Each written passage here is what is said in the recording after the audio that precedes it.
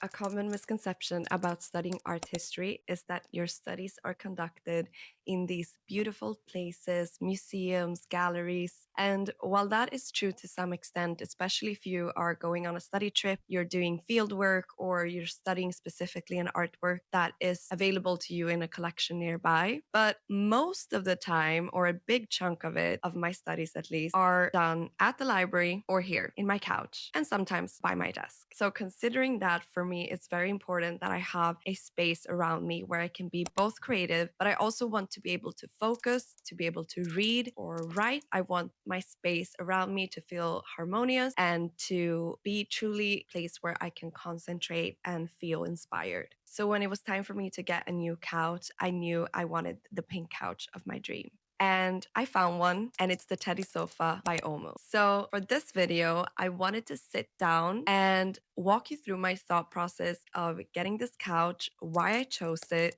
why I think a pink couch is truly the only way to go, but also demystifying my studies in art history. I'm going to talk about what I studied during my bachelor, courses I took, how I found my niche, and my career path going forward. Grab something to drink, maybe a snack. For this one, we're going to sit down, talk, and I'm also going to show you my room a bit more here in Rome. I hope you will enjoy it.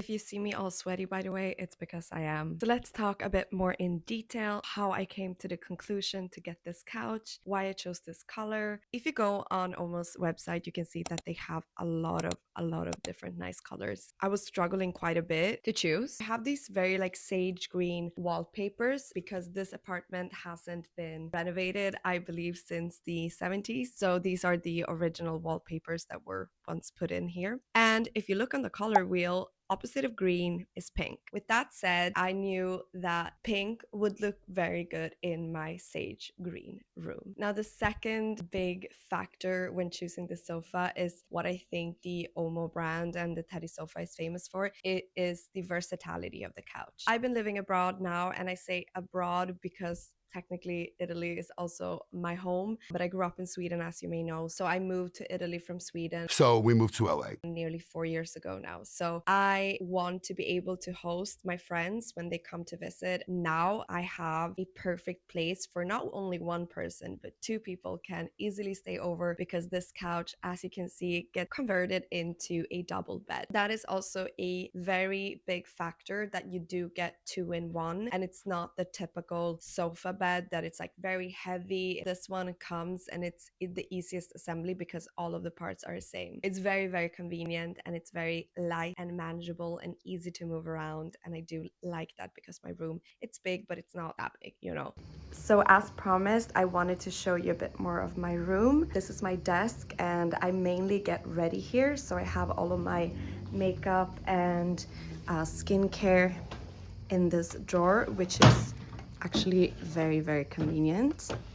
And yeah, some perfumes and my computer and some books.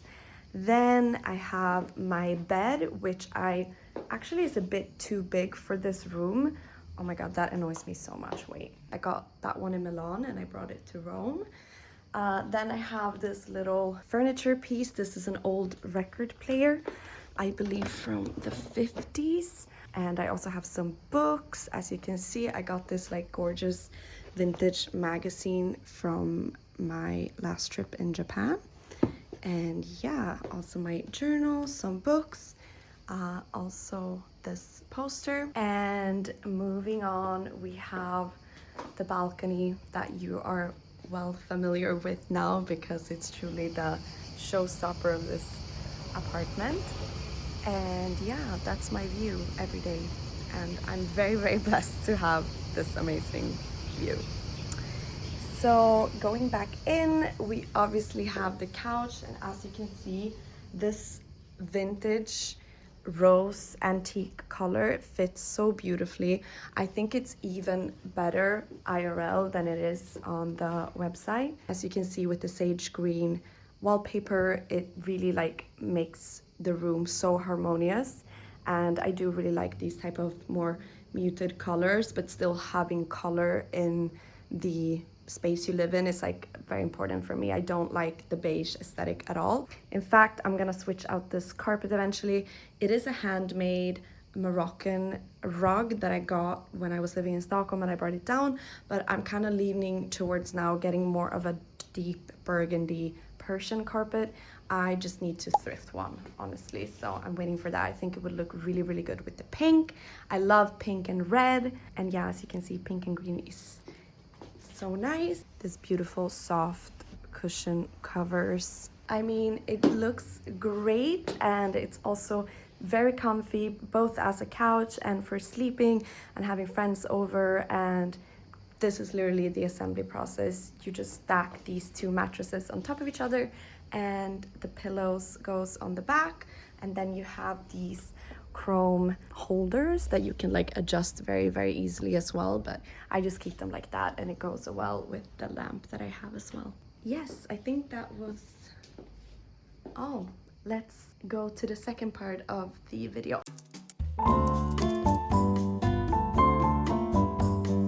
So I've gotten myself very comfy in my teddy couch, and I want to dive into the second part of the video, which is going through my art history study. So the first question I want to address is, what was your academic path from bachelor to master's? To just give you a little brief background, I am not the typical student, and I'll tell you why. I know I'm a bit repetitive about this, but I still get a lot of questions asking how I learned Italian and what it's like to be an Italian student. I'm not an Italian student, first of all. I am Swedish and Italian. I grew up in Sweden. I'm born in Italy, but I moved to Italy in 2022. So I have double citizenship basically, and I speak both languages as my mother tongue. So I haven't learned Italian. I don't study at an Italian university, but I do live here. While I'm not going to go in too much into why I studied art history, because I do believe I have another video about that, and it's also something I do mention quite frequently in my regular vlogs. So I want this video to be a bit more specific in a sense. So I started my art history degree back in 2021, and at that time I was still living in Sweden, so my university was naturally in Sweden. Now, the way you structure a bachelor degree and a master's degree in Sweden, I assume, is a bit different than in other countries, so do keep that in mind when I'm telling you all of this. Usually in any degree in Sweden you study 180 credits, and 90 of these credits should be in one main subject, while depending on the program, remaining 90 credits can be a bit more flexible. So in my case, my main subject was art history, so I studied 90 credits of art history. These are structured as art history A, B, and C, and you start with art history A, and this is a walkthrough of all art history basically. So you start around 30,000 years before Christ and you go up until today. That is basically art history A. So obviously that's a lot to digest, but I think it's still to this day one of my favorite courses, because it's truly a crash course in history, but with the obvious visual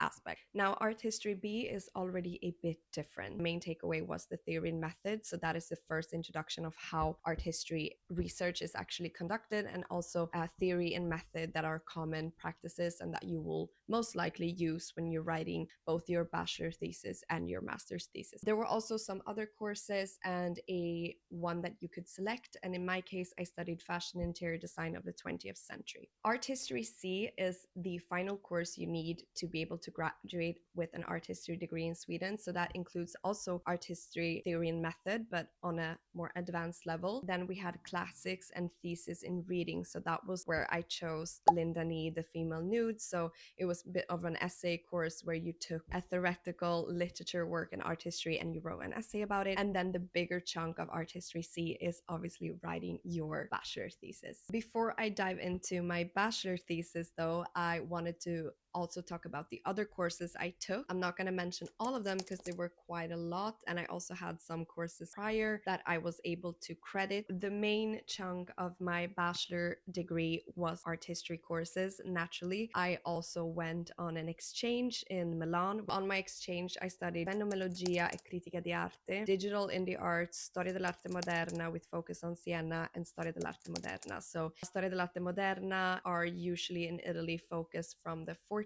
century to the 16th century. So it's basically a Renaissance course. And that was also my objective with exchange, to really focus on the Renaissance period, because I feel like I didn't quite have enough of it when I was in Sweden. It was at this point I chose to not come back to Sweden, and I was very lucky that I was able to complete my bachelor degree while not being in Sweden. I never moved back. Of course, I took some other courses as well, and all of these were available to me to study from Italy, basically. I don't think that is the intent, but it's definitely doable, and that's what I did because I prioritized staying in Italy. I graduated actually from my bachelor degree while living in Italy, but my university has always remained in Sweden. As you now know, I'm not the typical Italian student because I've only done a semester at a Italian university. So I think you should more see me as a Swedish student, but I feel like I still have quite a good understanding of the both educational systems, and they're very, very different. I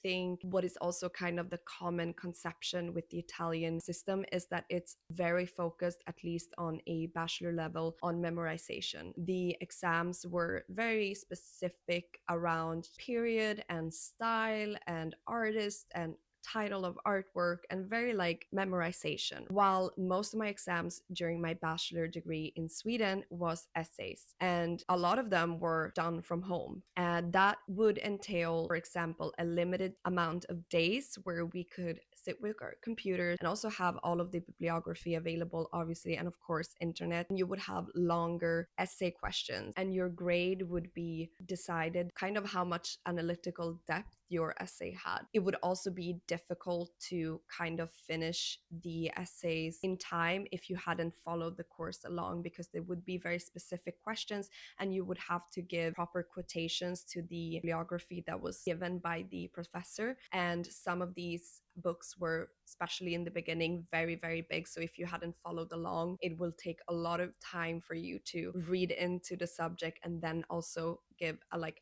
analytical answer. So it's not like you were given a question and you were like, okay, perfect, I can look it up in 5 minutes. You would have to have a proper understanding of the subject itself or the time period, and then obviously you as a student, you would be given the opportunity to decide how of an analytical answer you like to give. Given this obviously shapes a different type of student, a different type of mindset, and it's something that I felt a lot also with talking with Italian students, that maybe I'm not able to name drop all of the Renaissance artists active in Siena who commissioned this artwork and which pope did that. But for me, that's not really the point of art history, because anybody can look that up. For me, the point of art history is the contextualization and also connecting the dots between different styles, works, or artists, or movements, and idea and concepts can tell us about life and the human experience, and yeah, I guess more on a social level than just straight up memorization. So that is a very different approach. Of course, you would need to have some type of vocabulary or some type of repertoire in the back of your mind, because otherwise it can get very confusing. But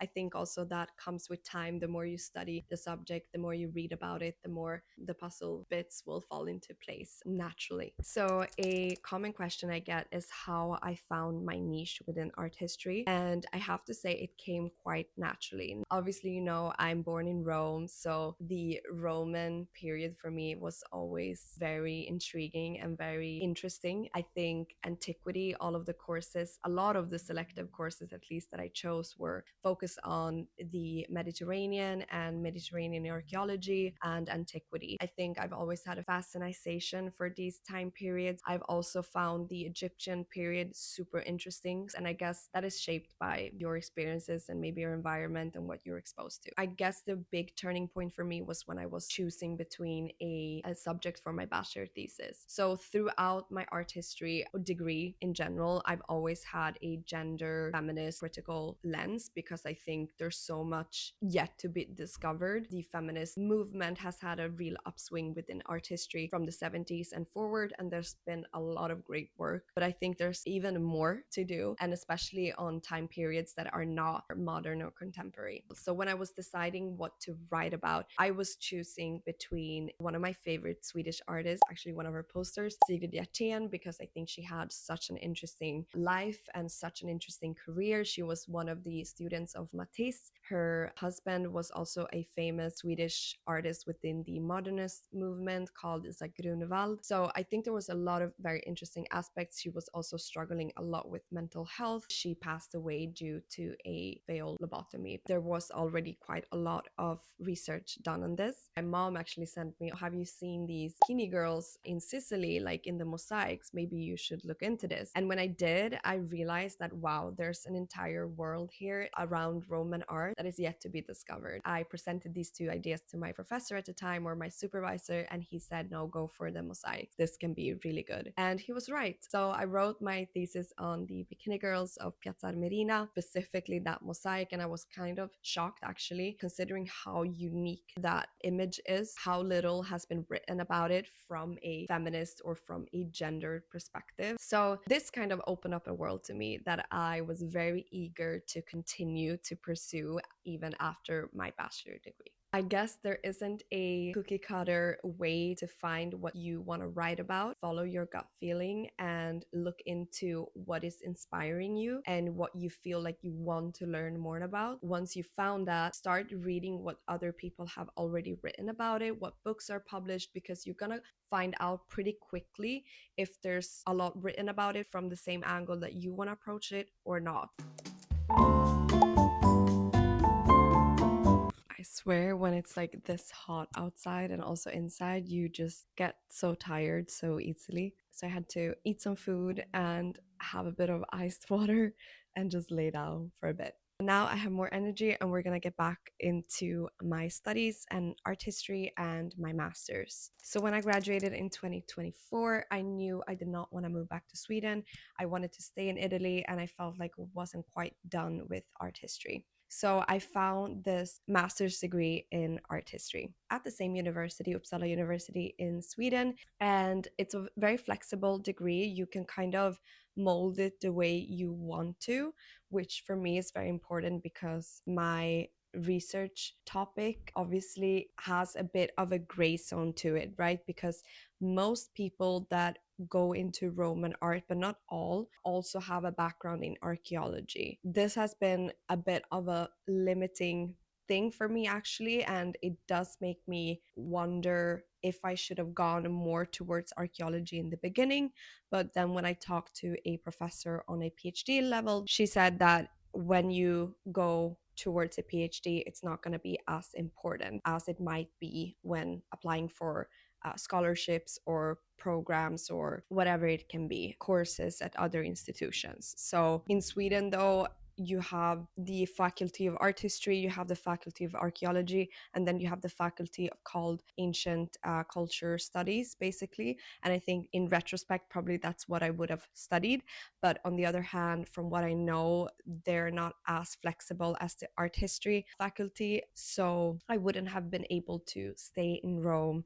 And I think for me, that was like the most important. And I don't mind studying art history either. So it's all worked out. For my master's, I also felt like I didn't quite have a good view of the world. So that's why I went to Japan on an exchange, and I studied the not only the Japanese art history, but also Chinese one, which is kind of the foundation of visual culture in East Asia in many ways. So that's why I wanted to like get back to the roots of it. So for example, in my master's degree, there was another advanced course in theory and method. We also took in consideration digital art history. So I studied two of those courses, studied one on the perspective of the Renaissance, which was kind of a bit of a repeat of what I studied on bachelor level, but you kind of up it a notch and you go more into detail and more into, I'd say, philosophy in many ways. I feel like a lot of these more advanced courses take into consideration maybe more abstract concepts or work by art historians and art critics that are a bit more abstract and more open for interpretation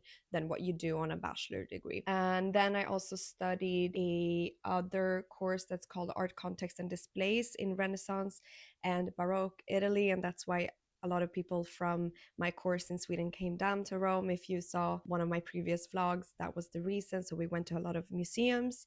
And then, of course, I had my master's thesis. I'm going to save my master's thesis for a separate video that I'm currently working on. So I'm not going to go in super to detail into that, but I continued my work on Roman mosaic, but I decided to expand the geographical area and focus more on areas outside of Italy. So North Africa, for example, and modern day Turkey were two of my focal points. And I think that also goes into when you find your niche, also look beyond it. There's a lot of research made on Roman art in Italy, of course, but there's still a gap in other regions. One common trait, I'd say anyone who studies art history or maybe even other subjects within humanities, is that there's a very niche interest, but also a lot of passion for your subject. This is something that I don't find necessarily in other faculties in the same extent, because there is a reputation, and it's not only a reputation, it is a bit of reality as well, that the humanities is a dying faculty. It's a dying subject. We are moving at an extreme fast pace into a technological world, and the budget cuts that are already happening within academia, even more evident within humanities. That is the sad reality of it. Humanities was seen as such an essential part of studying as any other scientific subject, as math or physics. That is not to say that it's not possible to find a career in art history after your studies, but let's say that the obvious job route is probably working as a curator or similar in a museum, a cultural institution, or a gallery. For example, a common one within the private art history industry is auction houses, for example, or similar institutions that put artworks into commerce. I think there's also a lot of people that study art history that already have other occupations. I know, for example, when I looked at the people who studied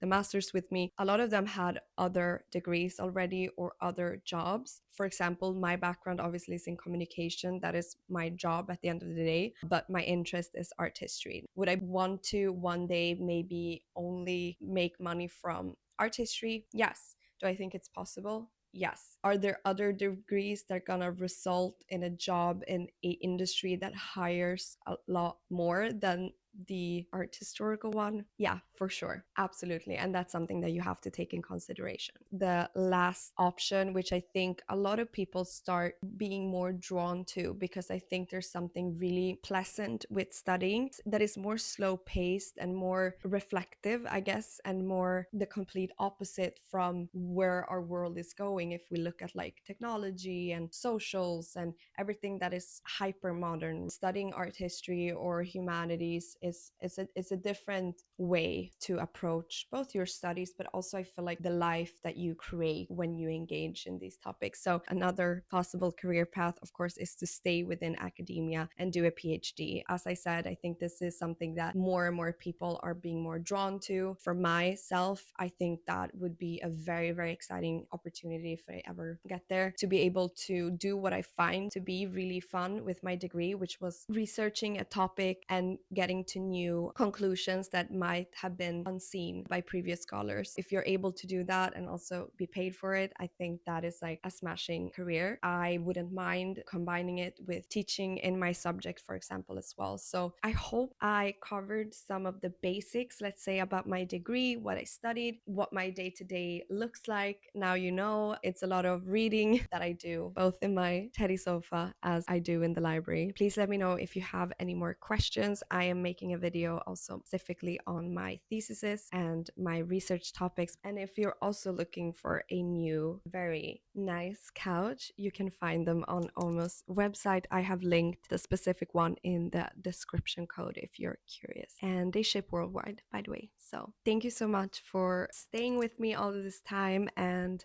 I will see you in one of my next videos, which will probably be a vlog.